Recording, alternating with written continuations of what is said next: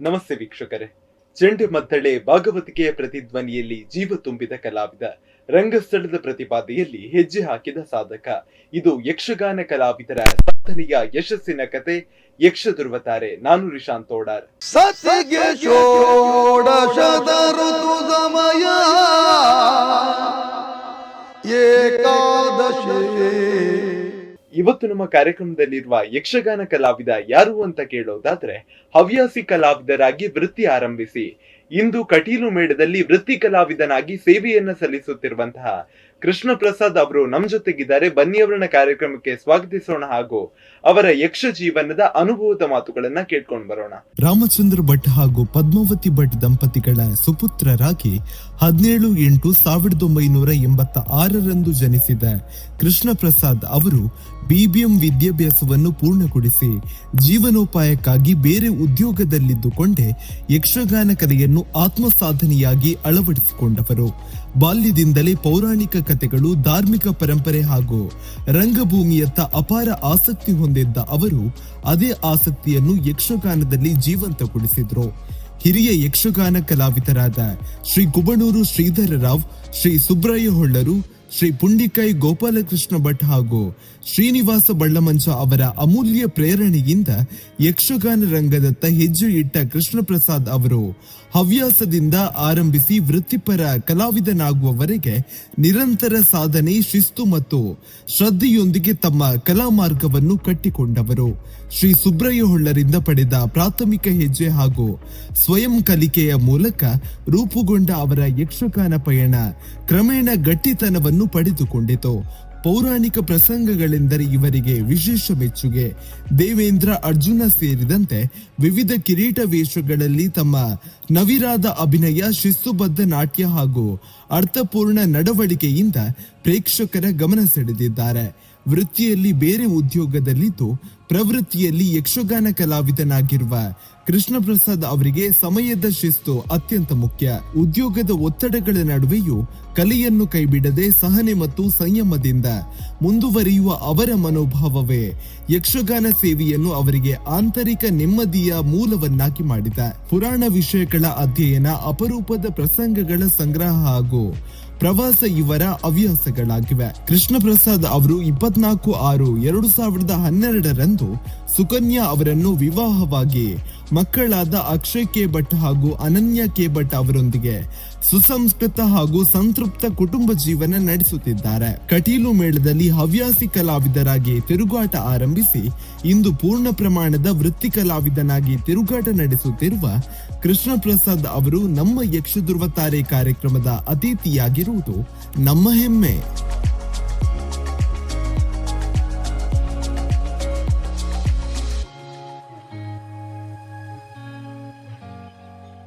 Sir ನಮಸ್ತೆ.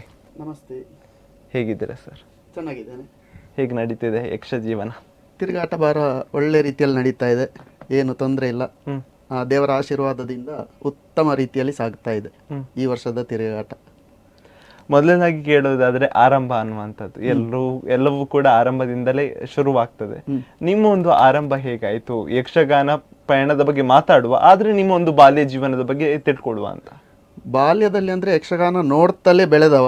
ಸಣ್ಣ ಪ್ರಾಯದಿಂದಲೂ ಕೂಡ ಯಕ್ಷಗಾನದ ಬಗ್ಗೆ ಹೆಚ್ಚಿನ ಆಸಕ್ತಿ ಇಲ್ಲದೇ ಇದ್ರೂ ಕೂಡ ಮನೆಯವರೆಲ್ಲ ಮನೆ ಹತ್ತಿರ ಆಟ ಆಗುವಾಗ ನನ್ನನ್ನು ಕರ್ಕೊಂಡು ಹೋಗ್ತಾ ಇದ್ರು. ನಾನು ಹೋಗ್ತಾ ಇದ್ದದ್ದು ಮಾತ್ರ ಬರೀ ಚರ್ಮುರಿ ಮತ್ತು ಪುಗ್ಗದ ಆಸೆಗೆ. ಅದಕ್ಕಿಂತ ಮೇಲೆ ಯಕ್ಷಗಾನದ ಮೇಲೆ ಹೆಚ್ಚಿನ ಆಸಕ್ತಿ ಇದ್ದು ಅಂತಲ್ಲ, ಆದ್ರೂ ಯಕ್ಷಗಾನ ನೋಡುವಾಗ ಮಾತ್ರ ಅದರ ಮೇಲೆ ಆಸಕ್ತಿ ಮತ್ತೆ ಮತ್ತೆ ಹೆಚ್ಚಾಗ್ಲಿಕ್ಕೆ ಪ್ರಾರಂಭ. ಕಾಲು ಆಟ ನೋಡುದು, ಮರು ದಿವಸ ಮನೆಯಲ್ಲಿ ಬಂದು ಕುಣಿಯುವುದು, ಹಾಗೆ ಅಮ್ಮನ ಸೀರೆಯನ್ನೆಲ್ಲ ಶಾಲ ಹಾಕಿ ಅದರ ಹಾಗೆ ವೇಷದ ಹಾಗೆ ಕುಣಿಯುವುದು, ಅಂದ್ರೆ ಅಷ್ಟು ಆಸಕ್ತಿ ಮತ್ತೆ ಮತ್ತೆ ಬೆಳಿಲಿಕ್ಕೆ ಪ್ರಾರಂಭ ಆಯ್ತು. ಅದೇ ರೀತಿಯಲ್ಲಿ ಬೆಳೀತಾ ಬೆಳೀತಾ ಬೆಳೀತಾ ಈಗ ಒಂದು ಕಲಾವಿದನಾಗಿ ರೂಪುಗೊಳ್ಳುವ ಹಾಗೆ ಆ ದೇವರ ಅನುಗ್ರಹ ಅಂತ ಹೇಳ್ಬೇಕು. ಮನೆಯವರ ಆಶೀರ್ವಾದ, ದೇವರ ಅನುಗ್ರಹ, ಅದಕ್ಕಿಂತ ಹೆಚ್ಚು. ವಿದ್ಯಾಭ್ಯಾಸದ ಬಗ್ಗೆ ಹೇಳೋದಾದ್ರೆ ಪ್ರಾಥಮಿಕ ನಿಮ್ಮ ಶಿಕ್ಷಣ ಆಗಿರ್ಬೋದು, ಪ್ರೌಢ ಶಿಕ್ಷಣ ಎಲ್ಲ ಎಲ್ಲಿ ಮಾಡಿದ್ರಿ? ಪ್ರಾಥಮಿಕ ಶಿಕ್ಷಣ 1ನೇ ತರಗತಿಯಿಂದ 7ನೇ ತರಗತಿಯವರೆಗೆ ಕುಳಾಯಿಯ ವೆಂಕಟರಮಣ ಹಿರಿಯ ಪ್ರಾಥಮಿಕ ಶಾಲೆ ಅಂತ ಕನ್ನಡ ಮಾಧ್ಯಮದಲ್ಲೇ ಕಲ್ತದ್ದು. ಮತ್ತೆ ಹೈಸ್ಕೂಲ್ ನಾನು ಸುರತ್ಕಲ್ನ ವಿದ್ಯಾದಾಯಿನಿ ಪ್ರೌಢ ಶಾಲೆ ಅಂತ ಅದು ಕೂಡ ಕನ್ನಡ ಮೀಡಿಯಮಲ್ಲೇ ಕಲಿತಾ ಬೆಳೆದದ್ದು. ತದನಂತರದಲ್ಲಿ PUC ವಿದ್ಯಾಭ್ಯಾಸ ನಾನು ಗೋವಿಂದದಾಸ ಕಾಲೇಜು, PUC ಹಾಗೂ ಡಿಗ್ರಿ ಎರಡು ಕೂಡ ಗೋವಿಂದದಾಸ ಕಾಲೇಜಲ್ಲೇ ಮಾಡಿದ್ದೆ, BBM ವಿದ್ಯಾಭ್ಯಾಸ ಮುಗಿಸಿ ಮತ್ತೆ ಉದ್ಯೋಗದತ್ತ ಅಂದರೆ ಮುಖ ಮಾಡಿದ್ದು ನಾನು. ಅಂದರೆ ವಿದ್ಯಾಭ್ಯಾಸ ಮತ್ತೆ ಮುಂದುವರಿಸುವ ಮನಸ್ಸು ಇರಲಿಲ್ಲ, ಹಾಗೆ ಉದ್ಯೋಗಕ್ಕಾಗಿ ನೇರವಾಗಿ ನಾನು ಬೆಂಗಳೂರಲ್ಲಿದ್ದೆ. 2 ವರ್ಷ ಪ್ರೈವೇಟ್ ಕಂಪನಿಯಲ್ಲಿ ಬೆಂಗಳೂರಲ್ಲಿ ಕೆಲಸ ಮಾಡಿ ಮತ್ತೆ ಬೆಂಗಳೂರಿಂದ ವಾಪಸ್ ಮಂಗಳೂರಿಗೆ ಟ್ರಾನ್ಸ್ಫರ್ ತೆಕ್ಕೊಂಡು ಊರಿಗೆ ಬಂದದ್ದು. ಅಂದ್ರೆ ಯಕ್ಷಗಾನಕ್ಕಂತ ಬಂದ್ರ ಹೇಗೆ? ಇಲ್ಲ, ಅಂದರೆ ಕರಿಯರ್ ಆಪರ್ಚುನಿಟಿ ಅನಿವಾರ್ಯ ಆಯಿತು, ನನಗೆ ಊರಲ್ಲಿ ಇರಬೇಕಿತ್ತು, ಹಾಗಾಗಿ ಊರಿಗೆ ಬರುವ ಮನಸ್ಸಾಯಿತು. ಹಾಗೆ ಅಲ್ಲಿ ಕಂಪನಿಯಲ್ಲಿ ಟ್ರಾನ್ಸ್ಫರ್ ತೆಕ್ಕೊಂಡು ಮಂಗಳೂರಿಗೆ ಬಂದು ಇಲ್ಲೇ ವರ್ಕ್ ಮಾಡ್ತಾ ಇದ್ದೇನೆ. ಅಂದ್ರೆ ಈಗ ಒಂದು ಶಾಲಾ ಜೀವನದ ನೆನಪನ್ನ ಮಾಡುದಾದ್ರೆ ಶಾಲಾ ಜೀವನ ಹೇಗಿತ್ತು ಅಂತ ಹೇಳಿ, ಹೇಗಿದ್ರೆ ಈ ಕ್ಲಾಸಲ್ಲಿ? ಆಕ್ಟಿವ್ ಇದ್ದೆ ತುಂಬಾ. ಅಂದ್ರೆ ಎಲ್ಲರೂ ನನ್ನ ಟೀಚರ್ಸ್ ಆಗಲಿ ಅಥವಾ ನನ್ನ ಯಾರು ಕ್ಲಾಸ್ಮೇಟ್ಸ್ ಆಗಲಿ ಯಾರಿಗೂ ಕೂಡ ಸುಮ್ಮನೆ ಕೂತ್ಕೊಳ್ಳಿಕ್ಕೆ ಬಿಡುದಿಲ್ಲ.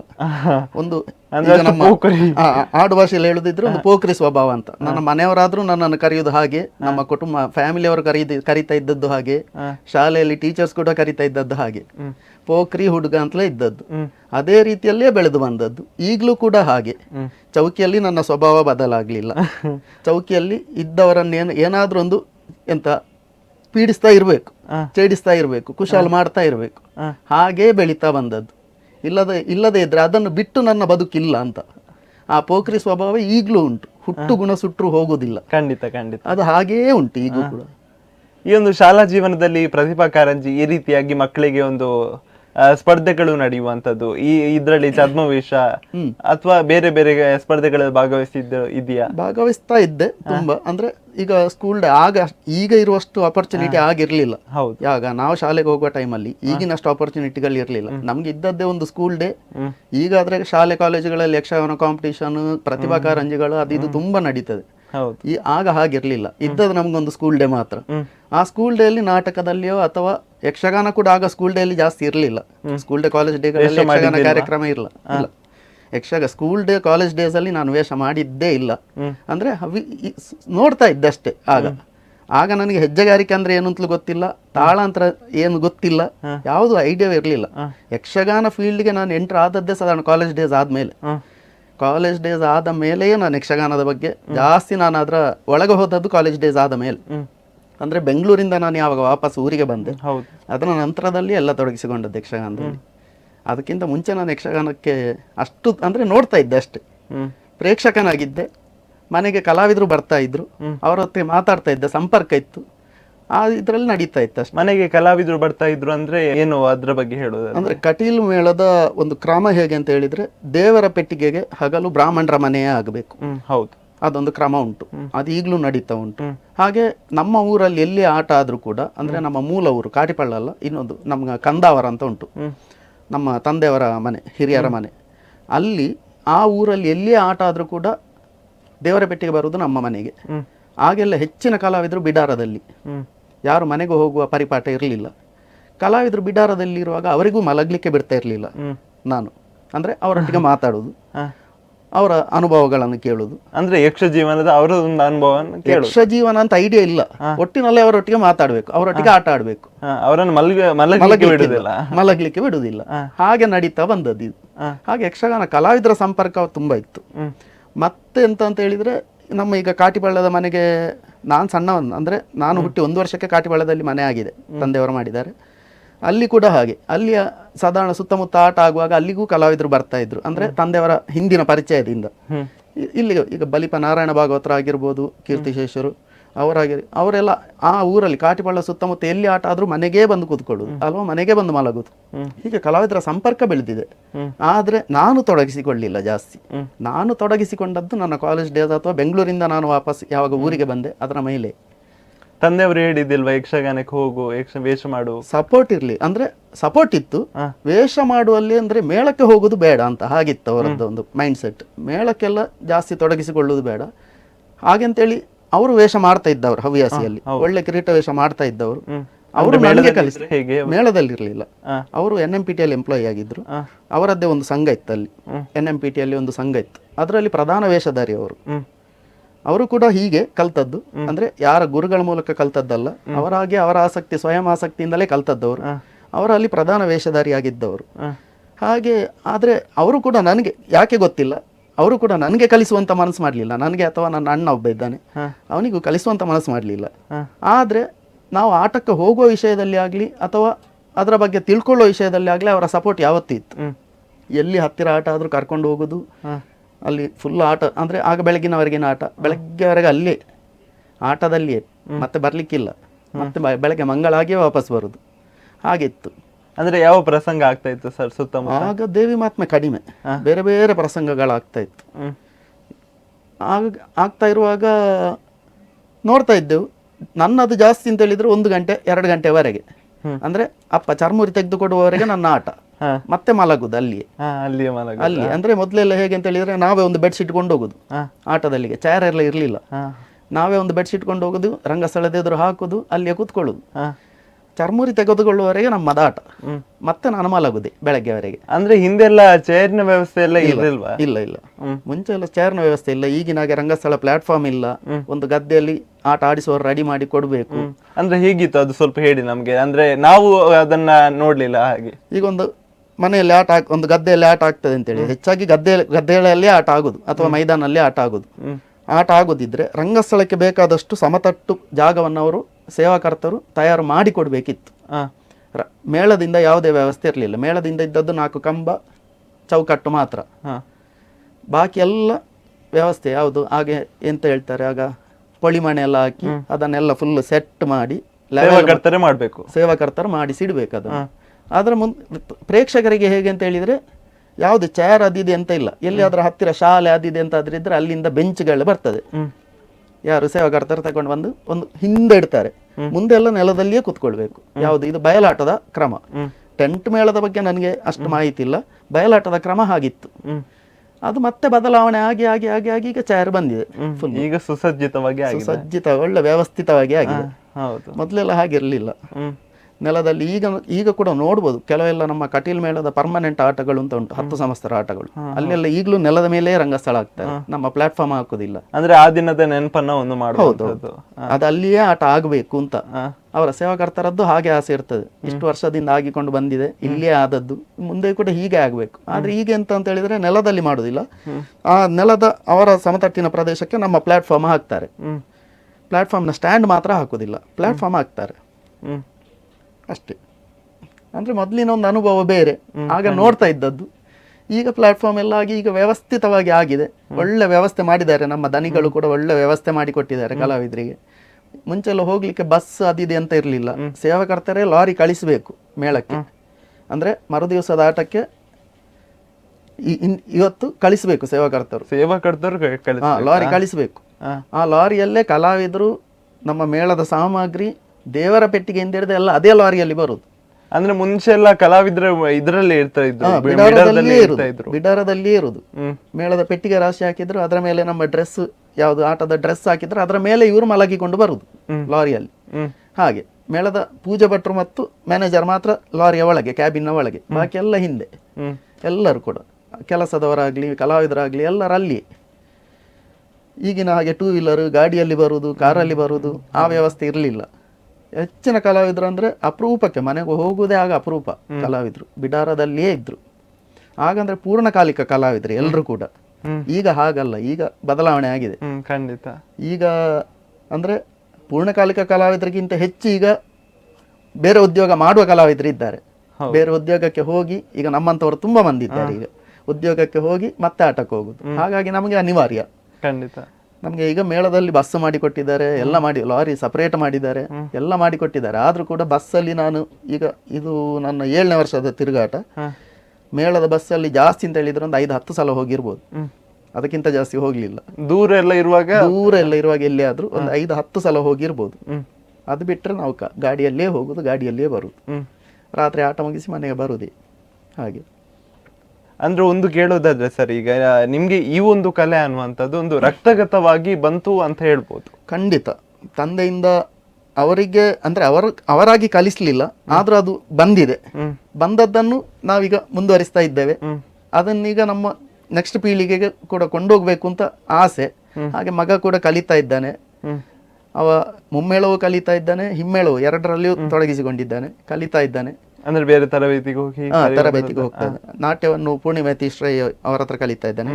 ಚೆಂಡೆ ಮದ್ಲೆಯನ್ನು ಮುರಾರಿ ಕಡಂಬಳಿತಾಯರ್ ಮೊದಲೆಗಾರರು ಕಟೀಲ್ ಮೇಳದ್ದು ಅವರ ಹತ್ರ ಕಲಿತಾ ಇದ್ದಾನೆ. ಹಾಗೆ ಮುಂದುವರಿಸಬೇಕು ಅಂತ ಈಗ ಅಣ್ಣನ ಮಕ್ಕಳಾಗ್ಲಿ ಅವರು ಕೂಡ ಹಾಗೆ ಯಕ್ಷಗಾನ ನಾಟ್ಯ ಕಲಿತಾ ಇದ್ದಾರೆ, ಹಿಮ್ಮೇಳ ಕಲಿತಾ ಇದ್ದಾರೆ. ಹಾಗೆ ಮುಂದುವರಿತಾ ಉಂಟು. ನಮ್ಮಿಂದ ನೆಕ್ಸ್ಟ್ ಜನರೇಷನ್ಗೆ ಹೋಗ್ತದೆ, ಹಾಗಾಗಿ ತೊಂದರೆ ಇಲ್ಲ. ನಿಮ್ಗೆ ಅಣ್ಣ ಇದ್ದಾರೆ ಅಂತ ಹೇಳಿದ್ರೆ ಅವರು ಈ ಒಂದು ಕಲಾ ಆಸಕ್ತಿ ಉಂಟ ಹೇಗೆ? ಹವ್ಯಾಸಿಯಾಗಿ ತೊಡಗಿಸಿಕೊಂಡಿದ್ದಾನೆ. ನನ್ನ ಹಾಗೆ ಅಂದ್ರೆ ಪ್ರಾಥಮಿಕವಾಗಿ ಹವ್ಯಾಸಿಯಾಗಿಯೇ ತೊಡಗಿಸಿಕೊಂಡದ್ದು ನಾವಿಬ್ರು ಕೂಡ. ಅವನಿಗೂ ಹಾಗೆ, ಅವನಿಗೆ ನನಗಿಂತ ಜಾಸ್ತಿ ಆಸಕ್ತಿ ಇತ್ತು ಆಕ್ಚುಲಿ ಅಣ್ಣನಿಗೆ. ಅವ ಅಂದ್ರೆ ಇಡೀ ರಾತ್ರಿ ಆಟ ನೋಡ್ತಾ ಇದ್ದ ಸಣ್ಣದಿರುವಾಗ. ನನ್ನ ಹಾಗಲ್ಲ, ಅವ ಇಡೀ ರಾತ್ರಿ ಆಟ ನೋಡಿ ಮನೆಯಲ್ಲಿ ನಾವಿಬ್ರು ಕುಣಿಯುವುದು ಒಟ್ಟಿಗೆ, ಎದುರು ವೇಷ, ಹಾಗೆ ಒಟ್ಟಿಗೆ ಕುಣಿತಾ ಇದ್ದದ್ದು. ಹಾಗೆ ಕಲ್ತು ಈಗ ಅವ ಕೂಡ ಹಾಗೆ ವೇಷ ಮಾಡ್ತಾನೆ. ಹವ್ಯಾಸಿಯಾಗಿ ತುಂಬಾ ವೇಷ ಮಾಡಿದ್ದಾನೆ. ಮೇಳದಲ್ಲಿಯೂ ಕೂಡ ವೇಷ ಮಾಡಿದ್ದಾನೆ, ಸೇವೆಗಳನ್ನು ಮಾಡ್ತಾ ಇರ್ತಾನೆ ಆಗಾಗ. ಮತ್ತೆ ಯಕ್ಷಗಾನದ ವಿಷಯದಲ್ಲಿ ಇತ್ತೀಚೆಗೆ ಅಂದ್ರೆ ಕಳೆದ ವರ್ಷ ಡಾಕ್ಟರೇಟ್, ಯಕ್ಷಗಾನದ ವಿಷಯದಲ್ಲಿ ಒಂದು ಪ್ರಬಂಧ ಮಂಡಿಸಿ ಡಾಕ್ಟರೇಟ್ ತಗೊಂಡಿದ್ದಾನೆ ಅಣ್ಣ. ಅಂದ್ರೆ ಬಾಲ್ಯದಲ್ಲಿ ನಿಮ್ಗೆ ಒಂದು ಆಸಕ್ತಿ ಇತ್ತ, ಭವಿಷ್ಯದಲ್ಲಿ ಒಂದು ಯಕ್ಷಗಾನ ಕಲಾವಿದನ ಆಗ್ತೇನೆ ಅನ್ನುವಂತ ಒಂದು ಕಲ್ಪನೆ ಇತ್ತ? ಖಂಡಿತ ಇಲ್ಲ. ಬಾಲ್ಯದಲ್ಲಿಂತ ಬೇಡ, ಅಂದ್ರೆ ನನ್ನ ಸಾಧಾರಣ ನನಗೆ 21 ವಯಸ್ಸಾಗಿ 22 ವಯಸ್ಸಾಗುವವರೆಗೂ ಕೂಡ ನನಗೆ ಐಡಿಯಾ ಇಲ್ಲ ನಾನು ಯಕ್ಷಗಾನ ಕಲಾವಿದ ಆಗ್ತೇನೆ ಅನ್ನೋ ಐಡಿಯಾವೇ ಇರಲಿಲ್ಲ. ಮನೆಯಲ್ಲಿ ಯಾರಾದ್ರೂ ಹೇಳ್ತಿರ್ಲಿಲ್ವಾ ನೀವು ಯಕ್ಷಗಾನ ಕುಣಿಯುವಾಗ ಬಾಲ್ಯದಲ್ಲಿ ಎಲ್ಲ? ಇಲ್ಲ, ಐಡಿಯಾವೇ ಇರಲಿಲ್ಲ. ಅಂದ್ರೆ ಕಲಾವಿದ ಆಗ್ತೇನೆ ಅಂತ ಐಡಿಯಾ ಇರಲಿಲ್ಲ. ಕುಣಿತಾ ಇದ್ದದಂದ್ರೆ ಅದೊಂದು ಹುಚ್ಚಿಗೆ ಕುಣಿಯುವುದು ಅಂತ, ಹಾಗೆ ಒಂದು ಆಸಕ್ತಿಗೆ ಕುಣಿಯುವುದು ಅಂತ. ಈಗ ಮಕ್ಕಳ ಅಟಿಕೆಯಲ್ಲಿ ಅಂದ್ರೆ ನಾನು ಆಗ ಹೇಳಿದಾಗೆ ಪೋಖ್ರಿ ಸ್ವಭಾವದ, ಸುಮ್ಮನೆ ಅಂತೂ ಕೂತ್ಕೊಳ್ಳೋದಿಲ್ಲ ಮನೆಯಲ್ಲಿ. ಹಾಗಾಗಿ ಕುಣಿಯುತ್ತಾ ಇದ್ದದ್ದು. ಎಂತ ಮುಂಚಿನ ದಿವಸ ಯಾವ ಆಟ ನೋಡಿದ ಅದನ್ನು ಕುಣಿಯುವುದು ಇಲ್ಲಿ. ಹಾಗೇ ಬೆಳೆದು ಬಂದದ್ದು. ಕಲಾವಿದ ಆಗ್ತೇನೆ ಅಂತ ಯಾವ ಕಾಲಕ್ಕೂ ಯೋಚನೆ ಮಾಡಿರಲಿಲ್ಲ. ಅದೇನು ದೇವರ ಅನುಗ್ರಹವೋ ಅಥವಾ ಏನು ಅಂತ ಗೊತ್ತಿಲ್ಲ. ಆಗಿದ್ದೇವೆ ಕಲಾವಿದ ಅಂತ, ಪರಿಪೂರ್ಣ ಅಂತ ಆಗ್ಲಿಲ್ಲ, ಕಲಾವಿದ ಅಂತ ತೋರಿಸಿಕೊಳ್ಬಹುದು ಅಷ್ಟೇ. ಸರ್, ಈಗ ಒಂದು ಪ್ರಮುಖವಾಗಿ ಕೇಳಬೇಕು ನಂಗೆ, ಗುರುಗಳಿಲ್ಲದೆ ಈ ಒಂದು ಕಲೆಯನ್ನ ಕಲಿಯುವಂಥದ್ದು ಹೇಗೆ ಆಯ್ತು ಅಂತ ಹೇಳಿ? ಹೇಗೆ ಅಂತ ಹೇಳಿದ್ರೆ ದೇವರ ಅನುಗ್ರಹ ಅಂತ ಹೇಳಬೇಕು. ಒಂದು ಗುರುಗಳಿಲ್ಲದೆ ಪ್ರಾಥಮಿಕ ಹೆಜ್ಜೆಗೆ ನನ್ನ ಯಕ್ಷಗಾನದ ಇನ್ಸ್ಪಿರೇಷನ್ ಸುಬ್ರಾಯ ಹೊಳ್ಳರು. ಪ್ರಾಥಮಿಕ ಹೆಜ್ಜೆ ನಾನು ಅವರಿಂದಲೇ ಕಲ್ತದ್ದು. 2 ದಿವಸ, ಅದಕ್ಕಿಂತ ಜಾಸ್ತಿ ಕಲಿಯಿಲ್ಲ. ಅಂದ್ರೆ ಹೀಗೆ ಮನೆಗೆ ಮಲಗ್ಲಿಕ್ಕೆ ಬರುವಾಗ ಒಂದು ದಿವಸ ನನಗೆ ಮತ್ತೆ ಅಣ್ಣನಿಗೆ ಇಬ್ಬರಿಗೂ ಕೂಡ ಮನೆಯಲ್ಲಿ 2 ದಿವಸ ಕಲಿಸಿದ್ದಾರೆ. ಒಂದು ದಿವಸ ಪ್ರಾರಂಭ ಮಾಡಿದ್ರು, ದ್ವಿತೀಯ ವಿಘ್ನ ಬೇಡ ಅಂತ ಹೇಳುವ ವಿಷಯದಲ್ಲಿ ಮರುದಿವಸದ ಆಟಕ್ಕೆ ಹೋಗದೆ ನಮ್ಮ ಮನೆಯಲ್ಲಿಯೇ ಕೂತು ಮರುದಿವಸ ಕಲಿಸಿದ್ರು. 2 ದಿವಸ ಮಾತ್ರ ಅವರ ಕಡೆಯಿಂದ ಪಾಠ ಆದದ್ದು ನಮಗೆ. ಮತ್ತೆ ನಾನು ಕಲಾವಿದನಾಗಿ ರೂಪುಗೊಳ್ಳುವುದಕ್ಕೆ ಅಂದ್ರೆ ಕಾರಣ ಆದದ್ದೇ ಕಟೀಲ್ ಮೇಳದ ರಂಗಸ್ಥಳ. ಹೇಗೆ, ಅದ್ರ ಬಗ್ಗೆ ಹೇಳಿ. ಯಾವುದೋ ಒಂದು ಕಾರಣಕ್ಕೆ ಒಂದು ಅಂದ್ರೆ ಆಟದ ಬಗ್ಗೆ ಆಸಕ್ತಿ ಹೆಚ್ಚಾಯಿತು. ಉದ್ಯೋಗದಲ್ಲೇ ಇದ್ದೆ ಮಂಗಳೂರಲ್ಲಿ. ಉದ್ಯೋಗದಲ್ಲಿದ್ದಾಗ ರಾತ್ರಿ ಹೊತ್ತಿಗೆ ನಮ್ಮದೇ ಒಂದು ಫ್ರೆಂಡ್ ಸರ್ಕಲ್ ಕ್ರಿಯೇಟ್ ಆಯಿತು. ದೂರದಲ್ಲಿ ರಿಲೇಟಿವ್ಸ್, ನಮ್ಮದೇ ಒಂದು ಫ್ರೆಂಡ್ ಸರ್ಕಲ್, 4-5 ಮಂದಿಯ ಫ್ರೆಂಡ್ ಸರ್ಕಲ್. ದಿನ ಆಟಕ್ಕೆ ಹೋಗುದು ಡೈಲಿ. ಆಗ ಇಡೀ ರಾತ್ರಿ ಆಟ. ಸುಬ್ರಾಯ ಹೊಳ್ಳರಾಗ 4ನೇ ಮೇಳದಲ್ಲಿ ಇದ್ರು, ಕುಬಣೂರು ಶ್ರೀಧರ್ ರಾಯರು ಭಾಗವತರಿದ್ರು, ಸುಬ್ರಾಯ ಹೊಳ್ಳರು 4ನೇ ಮೇಳದಲ್ಲಿದ್ರು. ಆ 4ನೇ ಮೇಳಕ್ಕೆ ಹೋಗುದು, ಬೇರೆ ಯಾವ ಮೇಳಕ್ಕೂ ಹೋಗ್ಲಿಕ್ಕಿಲ್ಲ. ಕಟೀಲು 4ನೇ ಮೇಳಕ್ಕೆ ಆಟ ಎಲ್ಲಿಯೇ ಆಗಲಿ, ಕಟೀಲಲ್ಲಿ ಆಗಲಿ, ಕುಂದಾಪುರದಲ್ಲಿ ಆಗಲಿ, ಈಚೆ ಸುಳ್ಯದಲ್ಲಿ ಆಗಲಿ, ನಮ್ಮ ಬೈಕ್ ಸ್ಟಾರ್ಟ್ ಆಯಿತು, ರಾತ್ರಿ 9 ಗಂಟೆಗೆ ಹೊರಟಿತ್ತು. ಈ 4-5 ಮಂದಿ ಕೂಡ ಒಟ್ಟಿಗೆ ಹೀಗೆ ಹೋಗ್ತಾ ಹೋಗ್ತಾ ಹೋಗ್ತಾ ಹೋಗ್ತಾ ಆಗ ಕುಬಣೂರು ಶ್ರೀಧರ್ ರಾಯರು ಕೂಡ ನಮಗೆ ಒಳ್ಳೆ ಸಪೋರ್ಟ್ ಮಾಡಿದ್ರು, ಪುಂಡಿಕಾಯಿ ಗೋಪಾಲಕೃಷ್ಣ ಭಟ್ರು, ಹೀಗೆ ಮತ್ತೆ ಕಲಾವಿದರು, 4ನೇ ಮೇಳದ ಕಲಾವಿದರು ಒಳ್ಳೆ ಸಪೋರ್ಟ್ ಮಾಡ್ತಾ ಇದ್ರು. ಆಟ ನೋಡ್ತಾ ಇದ್ದೆವು. ಆಟ ನೋಡ್ತಾ ನೋಡ್ತಾ ಎಂತಾಯ್ತು ಅಂತ ಹೇಳಿದ್ರೆ ತೊಡಗಿಸಿಕೊಳ್ಳುವ ಅಂತ ಆಯ್ತು. ಆಗ ಪುಂಡಿಕಾಯಿ ಭಾಗವತರು ಮತ್ತೆ ಕುಬಣೂರು ಭಾಗವತರು ಹೇಳಿದ್ರು, ಸುಮ್ಮನೆ ಯಾಕೆ ಬಂದು ಚೌಕಿಯಲ್ಲಿ ಕೂತ್ಕೊಳ್ತೀರಿ, ಮಾತಾಡ್ತೀರಿ. ಚೌಕಿಯಲ್ಲಿ ನೋಡ್ತಾ ಇದ್ದದ್ದು ಅವರ ಮುಖವರ್ಣಿಕೆ ಹಾಗೆ. ಮತ್ತೆ ರಾತ್ರಿ ನಿದ್ರೆ ಬಂದ್ರೆ 1-2 ಗಂಟೆ ಮೇಲೆ ಚೌಕಿಯಲ್ಲಿ ಮಲಗುದು. ಹಾಗೆ ಇತ್ತು ನಮ್ಮದು. ಡೈಲಿ ಹೋಗುದು, ಮಂಗಳ ಆಗಿಯೇ ಬರುದು. ಯಾರಾದ್ರೂ ಕಲಾವಿದ್ರು ಹೇಳಿದಿಲ್ವಾ? ನೀವು ಕೂಡ ಹೇಳ್ತಾ ಇದ್ರು, ಆಗ ಕೂಡ ತುಂಬಾ ಹೇಳ್ತಾ ಇದ್ರು. ಅಂದ್ರೆ ಆಗ ಧೈರ್ಯ ಇಲ್ಲ, ಯಾವ್ದು ಗೊತ್ತಿಲ್ಲ ಅಲ್ಲ, ನಾಟ್ಯ ಗೊತ್ತಿಲ್ಲ, ಯಾವ್ದು ಗೊತ್ತಿಲ್ಲ, ಮಾತಾಡ್ಲಿಕ್ಕೂ ಗೊತ್ತಿಲ್ಲ, ಮುಖವರ್ಣಿಕೆ ಗೊತ್ತಿಲ್ಲ, ಯಾವ್ದು ಗೊತ್ತಿಲ್ಲ. ಹಾಗಿರುವಾಗ ನಾವು ಹೇಗೆ ಮಾಡುದು? ಆಯ್ತು ಸರಿ, ಬೇಡ, ನಾವು ಆಟ ನೋಡಿ ಹೋಗ್ತೇವೆ, ತೊಂದರೆ ಇಲ್ಲ. ಆಟ ನೋಡ್ತಾ ನೋಡ್ತಾ ಎಲ್ಲಿವರೆಗೆ ಆಯ್ತು ಅಂತ ಹೇಳಿದ್ರೆ, ಇವರು ಯಾರು ಕುಬಣೂರು ಶ್ರೀಧರ್ ರಾಯರು ಮತ್ತೆ ಪುಂಡಿಕಾಯಿ ಇವರ ಇದರಿಂದ ಆಗ ಮೇಳದಲ್ಲಿ ಹಾರ್ಮೋನಿ ಇತ್ತು. ನಮ್ಮದ್ರಲ್ಲಿ ಒಬ್ಬ ಚಕ್ರತಾಳ ಬಾರಿಸ್ತಾ ಇದ್ದ, ಕಾರ್ತಿಕ್ ಅಂತ. ಹಾಗೆ ಅವ ಚಕ್ರತಾಳ ಬಾರಿಸುವಾಗ ನಾನು ಹಾರ್ಮೋನಿಯಾಗ ಒಬ್ಬರೇ ಇದ್ದದ್ದು, ಇಡೀ ರಾತ್ರಿಗೆ ಒಬ್ಬರೇ ಹಾರ್ಮೋನಿ ಬಾರಿಸ್ಲಿಕ್ಕೆ ಇದ್ದದ್ದು. ಅವರಿಗೆ ರೆಸ್ಟ್ ಆಗ್ತದೆ ಎನ್ನುವ ಕಾರಣಕ್ಕೆ ನಾನೊಂದು ಅರ್ಧ ಗಂಟೆ 1 ಗಂಟೆ ಹೋಗಿ ಹಾರ್ಮೋನಿ ಬಾರಿಸ್ಲಿಕ್ಕೆ ಪ್ರಾರಂಭ ಮಾಡಿದ್ದು. ಅಲ್ಲಿಂದ ಚಕ್ರತಾಳಕ್ಕೆ ಬಂದೆ, ಚಕ್ರತಾಳ ಬಾರಿಸ್ಲಿಕ್ಕೆ ಪ್ರಾರಂಭ ಮಾಡಿದೆ. ಆಗ ತಾಳದ ಗತಿ ಲಯಗಳು ಸಿಕ್ಕಿತ್ತು. ಅಂದ್ರೆ ಯಾರಾದ್ರೂ ಕಲಿಸಿಕೊಟ್ರೆ ರಂಗಸ್ಥಳದಲ್ಲಿಯೇ ನಾನು ಎಂತ ಕಲ್ತದ್ದಿದ್ರೆ ಅದು ರಂಗಸ್ಥಳದಲ್ಲಿ. ಚಕ್ರತಾಳ ಯಾವಾಗ ನಾನು ಪ್ರಾರಂಭ ಮಾಡಿದ್ನ ಆಗ ತಾಳದ ಲಯ ಸಿಕ್ಕಿತ್ತು ನಮಗೆ, ಹೇಗೆ ಹೋಗ್ತದೆ ಅದು ಯಾವ ತಾಳ ಅದನ್ನೆಲ್ಲ ಕಲೀಲಿಕ್ಕೆ ಪ್ರಾರಂಭ ಮಾಡಿದೆ. ಈಗ ಕೇಳಿದ್ರು ಕೂಡ ನನಗೆ ಯಾವ ತಾಳದ್ದು ಬಾಯಿ ತಾಳ ಗೊತ್ತಿಲ್ಲ. ವೇಷ ಮಾಡ್ತೇನೆ, ಎಲ್ಲವೂ ಮಾಡ್ತೇನೆ, ಆದ್ರೆ ನಾನು ಮಾಡುವ ವೇಷ ಅದು ಬೇಸ್ ಯಾವುದು ಅಂತ ಕೇಳಿದ್ರೆ ಫೌಂಡೇಶನ್ ಚಕ್ರತಾಳ. ಒಂದು ಕಲಾವಿದ ಚಕ್ರತಾಳದಲ್ಲಿ ಇದ್ದ ಅಂತಾದ್ರೆ ತುಂಬಾ ಪ್ರಯೋಜನಗಳುಂಟು. ಒಂದು ಪ್ರಸಂಗ ಅನುಭವ ಸಿಗ್ತದೆ, ತಾಳ ಲಯ ಗಟ್ಟಿ ಆಗ್ತದೆ, ತಾಳಕ್ಕೆ ಯಾವ ಕಾರಣಕ್ಕೂ ತಾಳ ಬಿಟ್ಟು ಕುಣಿಯುವಂತಹ ಪ್ರಸಂಗ ಬರುವುದಿಲ್ಲ, ಅಷ್ಟು ಗಟ್ಟಿ ಆಗ್ತದೆ. ಹಾಗಾಗಿ ನನಗೆ ಪ್ರಾರಂಭದಲ್ಲಿ ಸಿಕ್ಕಿದ್ದು ಬೇಸ್ ಅದು. ಅಲ್ಲಿಂದ ಮತ್ತೆ ನಾನು ತೊಡಗಿಸಿಕೊಂಡದ್ದು ಹೇಗೆ ಅಂತ ಹೇಳಿದ್ರೆ, ಹಾಗೆ ಬೆಳಗ್ಗೆವರೆಗೆ ಚಕ್ರತಾಳ ಬಾರಿಸುವುದು ಅಥವಾ ಅರ್ಧದವರೆಗೆ ಚಕ್ರತಾಳ ಬಾರಿಸುವುದು. ಆಗ ಸಂಗೀತಗಾರರು ಮಾತ್ರ ಚಕ್ರತಾಳ ಬಾರಿಸ್ತಾ ಇದ್ದದ್ದು ಮೇಳದಲ್ಲಿ, ಅವರಿಗೆ ರೆಸ್ಟ್ ಆಗ್ತದಲ್ಲ ಅಂತ ನಾನು ಹೋಗಿ ಬಾರಿಸ್ತಾ ಇದ್ದದ್ದು. ಅದಾಯ್ತು. ಅಲ್ಲಿಂದ ಮುಂದೆ ಒಂದು ದಿವಸ ಏನಾಯ್ತು ಅಂತ ಹೇಳಿದ್ರೆ, ಕಾಳಿ ಮಾಡುವವನಿಗೆ ದೇವಿ ಮಹಾತ್ಮೆಯಲ್ಲಿ ಎಂಥದ್ದು ಸ್ವಲ್ಪ ಆ ದಿವಸ ಸಮಸ್ಯೆ ಆಯ್ತು.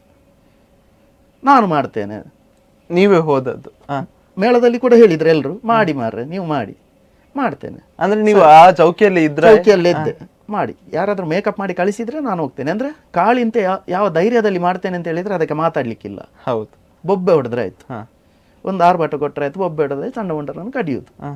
ಹಾಗೆ ಅಲ್ಲಿಂದ ಪ್ರಾರಂಭ ಆದದ್ದು ನನ್ನ ವೇಷಗಾರಿಕೆ. ಮೇಕಪ್ ಮಾಡಿದ್ರು, ಡ್ರೆಸ್ ಕಟ್ಟಿದ್ರು, ಕಳಿಸಿದ್ರು. ಅನುಭವ ಹೇಳಿ. ಆ ಒಂದು ಮೇಕಪ್ ಅಂದ್ರೆ ಮೇಕಪ್ ಎಲ್ಲ ಮಾಡಿದ್ರು ಅವರೇ. ತುಂಬಾ ಖುಷಿ ಇತ್ತು, ಅಂದ್ರೆ ಎಕ್ಸೈಟ್ಮೆಂಟ್ ಇತ್ತು. ಫಸ್ಟ್ ಟೈಮ್ ವೇಷ ಮಾಡುದು ಕಟೀಲ್ ಮೇಳದಲ್ಲಿ, ಗೆಜ್ಜೆ ಕಟ್ಟುದು, ಹಾಗೆ ಹೀಗೆ ಎಕ್ಸೈಟ್ಮೆಂಟ್. ತುಂಬಾ ನರ್ವಸ್ ಆಗಿದ್ದೇನೆ, ಮಾತ್ರ ತುಂಬಾ ನರ್ವಸ್ ಆಗಿದ್ದೇನೆ ಅವತ್ತು. ಅಂದ್ರೆ ಹಾರಲಿಕ್ಕೆ ಅದಕ್ಕೆ ಇದಕ್ಕೆಲ್ಲ ಜಾಸ್ತಿ ಮನೆಯಲ್ಲಿ ಕುಣಿದದ್ದು ಮಾತ್ರ, ರಂಗಸ್ಥಳದಲ್ಲಿ ಕುಣಿದು ಗೊತ್ತಿಲ್ಲ, ಆ ರಂಗಸ್ಥಳದ ಚೌಕಟ್ಟೆಯನ್ನು ಗೊತ್ತಿಲ್ಲ. ಆದ್ರೂ ಒಂದು ಧೈರ್ಯದಲ್ಲಿ ಮಾಡಿದ್ದು. ಮಾಡಿ ಅವತ್ತು ಕಾಳಿ ಮಾಡಿದೆ, ಹಾಗೆ ಹೋಗ್ತಾ ಇತ್ತು. ಹೇಗಾಯ್ತು ಅದು? ಒಂದು ಒಳ್ಳೇದಾಗಿದೆ. ಭಾಗವತರು ಕೂಡ ಒಳ್ಳೆ ಸಪೋರ್ಟ್ ಮಾಡಿದ್ರು, ಯಾರು ಕುಬಣೂರು ಭಾಗವತರು ಕೂಡ ಒಳ್ಳೆ ಸಪೋರ್ಟ್ ಮಾಡಿದ್ರು. ಮತ್ತೆ ಮತ್ತೆ ಅವಕಾಶಗಳನ್ನು ಕೊಡ್ತಾ ಹೋದ್ರು ಮೇಳದಲ್ಲಿ ಸೇವೆ ಮಾಡ್ಲಿಕ್ಕೆ. ಬರೀ ಚಕ್ರತಾಳ ಮಾಡೋದಲ್ಲ, ಬನ್ನಿ ವೇಷ ಮಾಡಿ ಮತ್ತೆ ಹೀಗೆ ಅವಕಾಶ ಸಿಗುವಾಗ, ಯಾರಾದ್ರೂ ಮೇಳದಲ್ಲಿ ಯಾರಾದ್ರೂ ರಜೆ ಆಗುವಾಗ ಬನ್ನಿ ವೇಷ ಮಾಡಿ. ಯಾವುದು ಮತ್ತೆ ನಾನು ದೇವಿ ಮಹಾತ್ಮೆಯಲ್ಲಿ ದೇವೇಂದ್ರ ಮಾಡ್ಲಿಕ್ಕೆ, ಅಂದ್ರೆ ಬರೇ ಆರತಿಗೆ, ಅದು ಕೂಡ ಹಾಗೆ ಮಾತಾಡ್ಲಿಕ್ಕಿಲ್ಲ, ಜಯ ಜಯ ಮಾತ್ರ. ಆರತಿಗೆ ದೇವೇಂದ್ರ ಮಾಡ್ಲಿಕ್ಕೆ ಶುರು ಮಾಡಿದೆ. ಹಾಗೆ ಒಂದೊಂದೇ ಹಂತವಾಗಿ ಬೆಳೆದು ಕುಬಣೂರು ಭಾಗವತರು ತುಂಬಾ ಸಲ ಹೇಳಿದ್ದಾರೆ ಮನೆಯಲ್ಲಿ. ಅಂದ್ರೆ ಸಾಧಾರಣ ಒಂದು ಈ ಜರ್ನಿ ನನ್ನದು ಯಾವುದು ಬರೇ ಮೇಳಕ್ಕೆ ಆಟಕ್ಕೆ ನೋಡ್ಲಿಕ್ಕೆ ಹೋಗುವ ಜರ್ನಿ ಉಂಟಲ್ಲ, ಸಾಧಾರಣ ಒಂದು 8 ವರ್ಷ ಆಗಿರ್ಬೋದು. ಡೈಲಿ 8 ವರ್ಷದ ದೂರ ಇದ್ರೂ ಹೋಗ್ತಾ ಇದ್ರಿ. ಎಷ್ಟೇ ದೂರ ಇರ್ಲಿ, 8 ವರ್ಷದ ತಿರುಗಾಟ. ಮೇಳದವರಾದ್ರೂ ರಜೆ ಮಾಡ್ತಾರೆ, ನಾವು 5 ಮಂದಿ ತಪ್ಪಲಿಕ್ಕಿಲ್ಲ. ಅವರೆಲ್ಲರೂ ಈಗ ಯಕ್ಷಗಾನದ ತೊಡಗಿಸಿಕೊಂಡಿದ್ದಾರೆ ಹೇಗೆ? ನಾನು ಒಬ್ಬನೇ ವೃತ್ತಿಪರ ಕಲಾವಿದನಾಗಿರುವುದು ಈಗ ನಾನು. ಬಾಕಿ ಎಲ್ಲ ಯಕ್ಷಗಾನ ಸಂಘಟನೆಯಲ್ಲಿ ತೊಡಗಿಸಿಕೊಂಡಿದ್ದಾರೆ, ಎಲ್ಲರೂ ಕೂಡ ಇದ್ದಾರೆ. ಈಗ ನಾನಾದ್ರೂ ಅಷ್ಟೇ ವೃತ್ತಿಪರ ಕಲಾವಿದನಾಗಿದ್ದು ಕೂಡ ನಮ್ಮದೇ ಒಂದು ಸಂಘಟನೆ ಉಂಟು ಸುರತ್ಕಲಲ್ಲಿ, ಯಕ್ಷ ಅಭಿಮಾನಿ ಬಳಗ ಅಂತ ಒಂದು ಸಂಘಟನೆ ಉಂಟು. ಅದರಲ್ಲಿ 2 ವರ್ಷಕ್ಕೊಮ್ಮೆ ನಾವು ಕಾರ್ಯಕ್ರಮಗಳನ್ನು ಮಾಡ್ತಾ ಇದ್ದೇವೆ. ಹಿರಿಯ ಕಲಾವಿದರನ್ನೆಲ್ಲ ಸನ್ಮಾನ ಮಾಡ್ತಾ ಇದ್ದೇವೆ, ಯಕ್ಷಗಾನ ಕಾರ್ಯಕ್ರಮ ಮಾಡ್ತಾ ಇದ್ದೇವೆ. ಹಾಗೆ ಮಾಡಿದ ಈಗ 10 ವರ್ಷ ಆಯ್ತು. ಅದು ಕೂಡ ಸಂಘಟನೆ ಕಳೆದ ವರ್ಷ 10ನೇ ವರ್ಷದ ಕಾರ್ಯಕ್ರಮ ಎಲ್ಲ ಮಾಡಿ 5 ಜನರಿಗೆ ಸನ್ಮಾನ ಎಲ್ಲ ಮಾಡಿದ್ವಿ. ಸಂಘಟನೆಯಲ್ಲಿ ಎಲ್ಲ ತೊಡಗಿಸಿಕೊಂಡಿದ್ದೇವೆ. ಆದ್ರೆ ವೃತ್ತಿಪರ ಕಲಾವಿದನಾಗಿ ಮೇಳದಲ್ಲಿ ಒಬ್ಬ ಕಲಾವಿದನಾಗಿ ಕಾಣಿಸಿಕೊಂಡದ್ದು ನಾನು ಮಾತ್ರ ಆ ಗ್ರೂಪಲ್ಲಿ. ಬೇರೆ ಯಾರು ಕಲಾವಿದರಾಗಿ ಬರಲಿಲ್ಲ. ಅವರೆಲ್ಲ ಹಾಗೆ ಎಲ್ಲಿದ್ರು ಅಲ್ಲಿಯೇ ಇದ್ದಾರೆ, ನಾವು ಸ್ವಲ್ಪ ಮುಂದುವರೆದದ್ದು ಅಂತ ಅಷ್ಟೇ. ಹೌದು. ತದನಂತರ ಮಾತಿನ ವೇಷಗಳು ಸಿಗ್ತಾ ಹೋಯ್ತಾ ಹೇಗೆ, ಅದ್ರ ಬಗ್ಗೆ ಹೇಳೋದು? ಅದರ ನಂತರದಲ್ಲಿ ನಾನು ಮಾಡಿದ್ದು ಮೇಳದಲ್ಲಿ ಅಂದ್ರೆ ಮಾತಿನ ವೇಷಕ್ಕೆ ಸ್ವಲ್ಪ ಧೈರ್ಯ ಸಾಕಾಗ್ಲಿಲ್ಲ. ಹೌದು. ಅಂದ್ರೆ ಅರ್ಥಗಾರಿಕೆ ಏನು ಅಂತಲೇ ಗೊತ್ತಿಲ್ಲ, ಮತ್ತೆ ಹೆದರಿಕೆ ಆಗ್ತದೆ. ನಾವು ಈಗ ಹಗಲ ಆಫೀಸಲ್ಲಿ ಇರೋದು, ಆಫೀಸಲ್ಲಿ ನಾವು ರೆಗ್ಯುಲರ್ ಆಗಿ ಇಂಗ್ಲಿಷ್ ಅದು ಇದು ಬೇರೆ ಬೇರೆ ಲ್ಯಾಂಗ್ವೇಜಸ್ ಅಲ್ಲಿ ಆಗೋದಿಲ್ಲ. ರಂಗಸ್ಥಳದಲ್ಲಿ ನಮಗೆ ಇಂಗ್ಲಿಷ್ ಬೇರೆ ಭಾಷೆ ಬರಬಾರ್ದು, ಕನ್ನಡವೇ ಬರಬೇಕು. ಹಾಗಿರುವಾಗ ಹೇಗಪ್ಪ ಮಾಡುದು ಮಾತಾಡುವ ವೇಷಗಳು? ಆಗ ಕೂಡ ಹಾಗೆ ಮೇಳದವರ ಸಹಕಾರದಿಂದ ಮತ್ತೆ ಒಂದು ಹಂತವಾಗಿ ಒಂದು ಎಲ್ಲಿ ಅಂತ ಹೇಳಿದ್ರೆ ನೆಕ್ಸ್ಟ್ ನನ್ನದು ಪ್ರೋಗ್ರೆಸ್ ಎಲ್ಲಿ ಆದದ್ದು ಶುಂಭನ ದೇವಿ ಮಾತ್ಮೆಯಲ್ಲಿ ಮೊದಲಿಗೆ ಬರೀ ಜಯ ಜಯದ ದೇವೇಂದ್ರ ಮಾಡ್ತಾ ಇದ್ದದ್ದು ಆರತಿಗೆ ಮಾತ್ರ. ಶುಂಭನ ದಿತ್ತಕ್ಕೆ ಶುಂಭನ ಯುದ್ಧಕ್ಕೆ ದೇವೇಂದ್ರ ಮಾಡ್ಲಿಕ್ಕೆ ಪ್ರಾರಂಭ ಮಾಡಿದೆ. ಆಗ ಒಂದು ಪದ್ಯ ಮಾತಾಡ್ಲಿ 2 ಪದ್ಯ ಮಾತಾಡ್ಲಿಕ್ಕೆ ಸಿಗ್ತದೆ. ಒಂದು ಶುಂಭನ ಯುದ್ಧದಲ್ಲಿ, ಮತ್ತೊಂದು ದೇವಿಯಲ್ಲಿ ಹೇಳಿಕೊಳ್ಳುವಲ್ಲಿ. ಆ ಮಾತುಗಾರಿಕೆ ನೋಡಿ ಕಲ್ತದೆ ಹೇಗೆ? ಬರೆದು ಕೊಡ್ತಾ ಇದ್ರು. ಆಗ ಅಷ್ಟನ್ನು ಹೇಳಿಕೊಡ್ತಾ ಇದ್ರು ಹಿರಿಯ ಕಲಾವಿದರು. ಈಗ ವಿಷ್ಣು ಶರ್ಮರಾಗ್ಲಿ, ತೋಡಿಕಾನ ವಿಶ್ವನಾಥ ಗೌಡ್ರಾಗ್ಲಿ, ಮತ್ತೆ ಹಾಸ್ಯಗಾರರು ರವಿಶಂಕರ ಒಳಕುಂಜರು ಅವರೆಲ್ಲ ಹೇಳಿಕೊಡ್ತಾ ಇದ್ರು. ನೀವು ಹೀಗೀಗೆ ಹೇಳಿ ಹೀಗೀಗೆ ಮಾಡಿ. ಹಾಗೆ ಅಲ್ಲಿಂದ ಒಂದೊಂದೇ ಹಂತ ಹಂತವಾಗಿ ಬೆಳೆದ್ದು. ಆಗ ಕುಬಣೂರು ಭಾಗವತರು ಮನೆಗೆ ಬಂದು ಹೇಳ್ತಾ ಇದ್ರು, ನೀವು ಮೇಳಕ್ಕೆ ಬನ್ನಿ, ಪರ್ಮನೆಂಟ್ ಬನ್ನಿ ನೀವು ಮೇಳಕ್ಕೆ. ಹಾಗೆ ಇಲ್ಲ ಭಾಗವತ್ರೆ, ಅದು ಮನಸ್ಸಿಲ್ಲ, ನಾನು ನಿಮ್ಮ ಅಭಿಮಾನಿಯಾಗಿರ್ತೇನೆ, ಮೇಳದ ದೇವರ ಸೇವೆ ಮಾಡ್ತೇನೆ, ಬೇಕಾದಾಗ ಸೇವೆ ಮಾಡ್ತೇನೆ ಖಂಡಿತ, ಮೇಳಕ್ಕೆ ಸರ್ ಆ ಒಂದು ನಿರ್ಧಾರ ಇತ್ತು ಅಂದ್ರೆ ನನಗೆ ಎಲ್ಲಿ ನನ್ನ ಉದ್ಯೋಗಕ್ಕೆ ತೊಂದರೆ ಆಗ್ತದೋ ಅಂತ. ಹೌದು, ನಮ್ಮ ಹಗಲಿನ ಉದ್ಯೋಗಕ್ಕೆ ತೊಂದರೆ ಆಗುವ ರೀತಿಯಲ್ಲಿ ನಾವು ಆಗಬಾರ್ದು. ದಿನ ಆಟಕ್ಕೆ ಹೋಗ್ತೇವೆ, ಆಟ ನೋಡ್ತೇವೆ, ಆದ್ರೆ ವೇಷ ಮಾಡುವ ಒಂದು ಆಯಾಸ ಬೇರೆ, ಆಟ ನೋಡುವ ವಿಷಯ ಬೇರೆ, ವೇಷ ಮಾಡುವ ಆಯಾಸ ಬೇರೆ. ಅದು ಮರು ದಿವಸ ನಮ್ಗೆ ಎಫೆಕ್ಟ್ ಆಗ್ತದೆ. ಆಗ ಈ ಪೂರ್ಣ ರಾತ್ರಿ ಇದ್ದ ಆಟ ಒಂದು ಕ್ಷಣವೂ ಕೂಡ, ಈಗ ಒಂದು ದೇವೇಂದ್ರ ಮಾಡಿದ್ರು ಕೂಡ ಪೂರ್ಣ ರಾತ್ರಿಗೆ ಸಿಗ್ತದೆ. ಹಾಗಾಗಿ ಆ ನಿರ್ಧಾರದಲ್ಲಿ ಇದ್ದೆ, ಮೇಳಕ್ಕೆ ಬೇಡ ಅಂದ್ರೆ ಒಂದು ಅದು. ಇನ್ನೊಂದೆಂತ ಅಂತೇಳಿ ನಾನು ಕಲೀಲಿಲ್ಲ ಅನ್ನುವಂತಹ ಒಂದು ನೋವಿತ್ತು, ಅಭಿಪ್ರಾಯ ಇತ್ತು. ನಾನು ಕಲಿಯದೆ ನಾನು ಹೇಗೆ ರಂಗಸ್ಥಳಕ್ಕೆ ಹೋಗುದು? ಒಂದು ಮೇಳದ ಕಲಾವಿದ ಆಗಬೇಕು ಅಂತ ಆದ್ರೆ ಅದಕ್ಕೊಂದು ಯೋಗ್ಯತೆ ಅಂತ ಬೇಕು. ಆ ಯೋಗ್ಯತೆ ಒಂದು 10% ಕೂಡ ಇರಲಿಲ್ಲ. ಹಾಗಿರುವಾಗ ನಾನು ಹೇಗೆ ಮೇಳದ ಕಲಾವಿದ ಆಗೋದು? ಹಾಗಾಗಿ ಬೇಡ ಭಾಗವತ್ರೆ, ಬೇಡ ಭಾಗವತ್ರೆ ಅಂತ ಹೇಳ್ತಾ ಇದ್ದೆ. ಮನೆಯಲ್ಲಿ ಏನು ಹೇಳ್ತಾ ಇದ್ರು? ಮನೆಯಲ್ಲಿ ಕೂಡ ಹಾಗೆ ಹೇಳ್ತಾ ಇದ್ರು, ಬೇಡ ಮೇಳ ಬೇಡ, ನೀನು ಹೋಗುದಿದ್ರೆ ಹೋಗು, ಆಟ ನೋಡಿ ಬಾ, ತೊಂದರೆ ಇಲ್ಲ, ಮೇಳಕ್ಕೆ ಹೋಗಬೇಡ ಹಾಗಿತ್ತು. ಆದರೆ ಅದು ನಿನಗೆ ಕಷ್ಟ ಆಗ್ತದೆ ಅಂತ ಅವರ ಮನೋಭಾವ ಹಾಗೆ. ಅಂದರೆ ಪೂರ್ಣ ರಾತ್ರಿ ಅಲ್ಲಿ ಕೆಲಸ ಮಾಡಿ ಇಲ್ಲಿಯೂ ಕೆಲಸ ಮಾಡಿ ಅದು ನಿನಗೆ ಕಷ್ಟ ಆಗ್ತದೆ, ಹಾಗಾಗಿ ಬೇಡ. ಅಂದರೆ ಯಕ್ಷಗಾನದ ಬಗ್ಗೆ ವಿರೋಧ ಅಲ್ಲ ಮನೆಯಲ್ಲಿ, ನಿನಗೆ ಕಷ್ಟ ಆಗುತ್ತದೆ ಹಾಗಾಗಿ ಬೇಡ ಅಂತ. ಅದು ಆದರೆ ಎಂಥದ್ದು ದೈವ ಇಚ್ಛೆ ಎಂಥದ್ದು ಗೊತ್ತಿಲ್ಲ, ಒಂದು ಅನಿವಾರ್ಯ ಪರಿಸ್ಥಿತಿ. ಕುಬಣೂರು ಭಾಗವತರು ತೀರಿ ಹೋದ ಮೇಲೆ ನಾನು ಮೇಳಕ್ಕೆ ಸೇರುವ ಹಾಗಾಯ್ತು. ಅವರ ಆಸೆ ಇದ್ದದ್ದು ನಾನು ಮೇಳಕ್ಕೆ ಬರಬೇಕು ಅಂತ, ಆದರೆ ಅವರು ತೀರಿ ಹೋದ ಮೇಲೆ ನಾನು ಮೇಳಕ್ಕೆ ಬಂದದ್ದು.